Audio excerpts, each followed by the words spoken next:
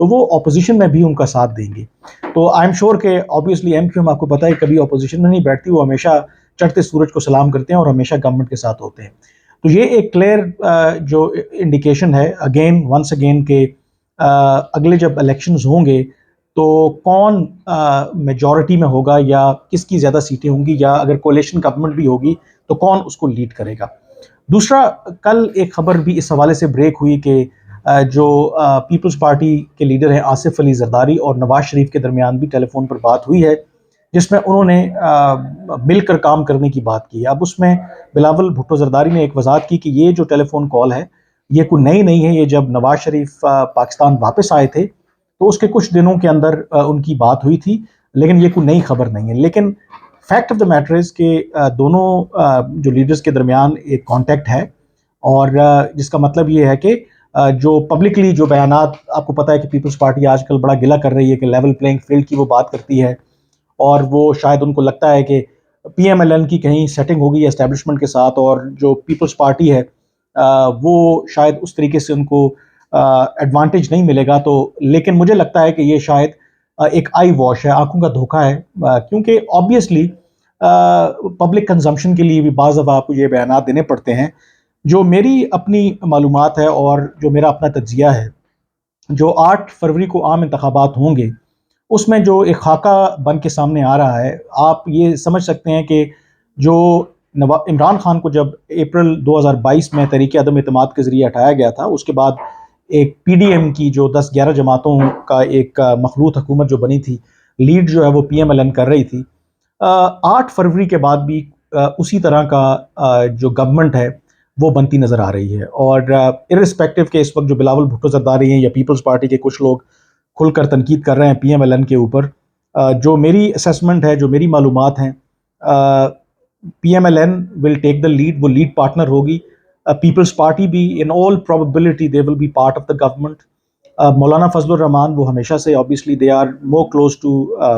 پی M L N, اور نواز شریف وہ بھی اس میں شامل ہوں گے. ایم کیو ایم کا جیسے میں نے آپ کو بتایا کہ آج ہی ان کا وفد جو ملا ہے اور اس میں انہوں نے کلیئرلی کہا ہے کہ وہ پی ایم ایل این کے ساتھ کام کرنے کے لیے تیار ہیں, اور آئی ایم شیور کہ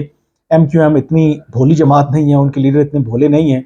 they have the clear indication and signals کہ مستقبل کا جب اگر وہ الائنس کا سوچ رہے ہیں پی ایم ایل این کے ساتھ, تو دے نو ویری ویل کہ پی ایم ایل این جو ہے وہ گورنمنٹ بنا رہی ہے. تو اس میں ملے گا کیا پیپلز پارٹی کو؟ اگر فرض کریں کہ وزارت عظمیٰ آ جاتی ہے پی ایم ایل این کے پاس, which is obviously it's a great possibility, کیا ایک جو ذرائع کا کہنا ہے کہ عین ممکن ہے کہ وہی جو پرانا ارینجمنٹ تھا جس میں کچھ وزارتیں پیپلز پارٹی کو دی جائیں گی, اور خاص کر کے جو وزارت خارجہ ہے ایک دفعہ پھر پیپلز پارٹی یعنی کہ بلاول بھٹو زرداری کے پاس جا سکتی ہے. لیکن اس کے اندر ایک ابھی آئی تھنک تھوڑا سا کلیئرٹی نہیں ہے. اس کی وجہ یہ ہے کہ جب شہباز شریف پرائم منسٹر تھے تو یقینی طور پر انہوں نے بلاول بھٹو زرداری کو وزیر خارجہ کا قلم دان دیا, اور بائی اینڈ لارج جو شہباز شریف کا سٹائل تھا گورننس کا, اس کی وجہ سے ان کے اتحادیوں کے ساتھ کوئی بھی بڑے ایشوز نہیں ہوئے. اور اکثر ہم نے دیکھا کہ شہباز شریف بلاول بھٹو کی تعریف کرتے تھے, اور بلاول بھٹو ایون شہباز شریف کی بھی تعریف کرتے نظر آتے تھے. لیکن اگر نواز شریف پرائم منسٹر بنتے ہیں تو ماضی کی اگر آپ پریکٹس دیکھیں تو ہمیشہ جو وزارت خارجہ کا قلم دان ہے وہ نواز شریف یا تو اپنے پاس رکھتے ہیں,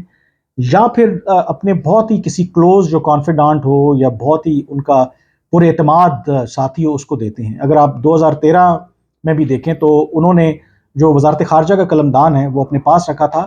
ایڈوائزر اپوائنٹ کیا تھا انہوں نے سرتاج عزیز صاحب کو. اور اس کی وجہ یہ ہے, آپ کو پتہ ہے کہ جب بھی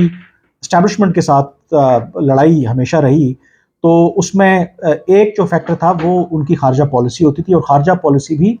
بھارت کے حوالے سے لے کر کے. اور اگر کہا یہ جاتا ہے کہ اگر نواز شریف چوتھی مرتبہ پرائم منسٹر بنتے ہیں تو دیر از اے گریٹ پاسبلٹی کہ وہ پھر تعلقات کو بہتر کرنے کے لیے بھارت کے ساتھ کوشش کریں گے ہاتھ بڑھانے کے لیے. تو اس میں آئی تھنک کہ یہ ممکن ہے کہ وہ چاہیں گے کہ جو وزارت خارجہ ہے وہ ان کے اپنے پاس ہو, یا ان کا کوئی قابل اعتماد شخص ہو جس پر وہ اعتبار کر سکے. تو یہ ایک تھوڑی سی گلچ ہے کہ اگر نواز شریف پرائم منسٹر بنتے ہیں تو کیا بلاول بھٹو زرداری کو وزارت خارجہ کا قلم دان ملے گا, یہ چیز طے ہونا باقی ہے. بٹ اوور آل جو اس وقت سارا جو ایک منظرنامہ ہمارے سامنے بن رہا ہے وہ کم و بیش وہی ہے جو پی ڈی ایم کے ٹائم پہ تھا. فرق یہ ہوگا کہ کچھ چینجز ہیں اس میں. اب نواز شریف جو ہیں وہ ممکنہ طور پر پرائم منسٹر آ جائیں گے، اور پھر اسی طرح سے جو وزارتوں کی تقسیم ہے بیسڈ آن جتنے جو سیٹیں وہ جیتا ہے. تو اوور آل اٹ اپیئرز دو تین چیزیں لگتا یہ ہے کہ ایک واضح ہوتی جا رہی ہیں کہ ایک کہ ایون کہ جو چھوٹی جماعتیں ہیں، اتحادی جماعتیں ہیں، خاص کر کے ایم کیو ایم اور باقی، ان کو بھی یہ لگ رہا ہے، ان کو بھی یہ انڈیکیشن ہے کہ P M L N is going to form the next government. And اس کے اندر نواز شریف جو ہیں اٹ از آل لائکلیہڈ کہ وہ پرائم منسٹر ہوں گے. اور اسی وجہ سے یہ جو تمام جماعتیں ہیں اب انٹریکٹ کر رہی ہیں، کلوز کانٹیکٹ ہیں with the P M L N. اور باقی پیپلز پارٹی اور پی ایم ایل این کے درمیان جو لفظی جنگ بازی اپنی جگہ پہ، but I think Asif Ali Zardari and even Nawaz Sharif اور ان کی جو پی ایم ایل این اور پیپلز پارٹی کی جو اعلیٰ قیادت ہے، دے آر شروڈ انف. اور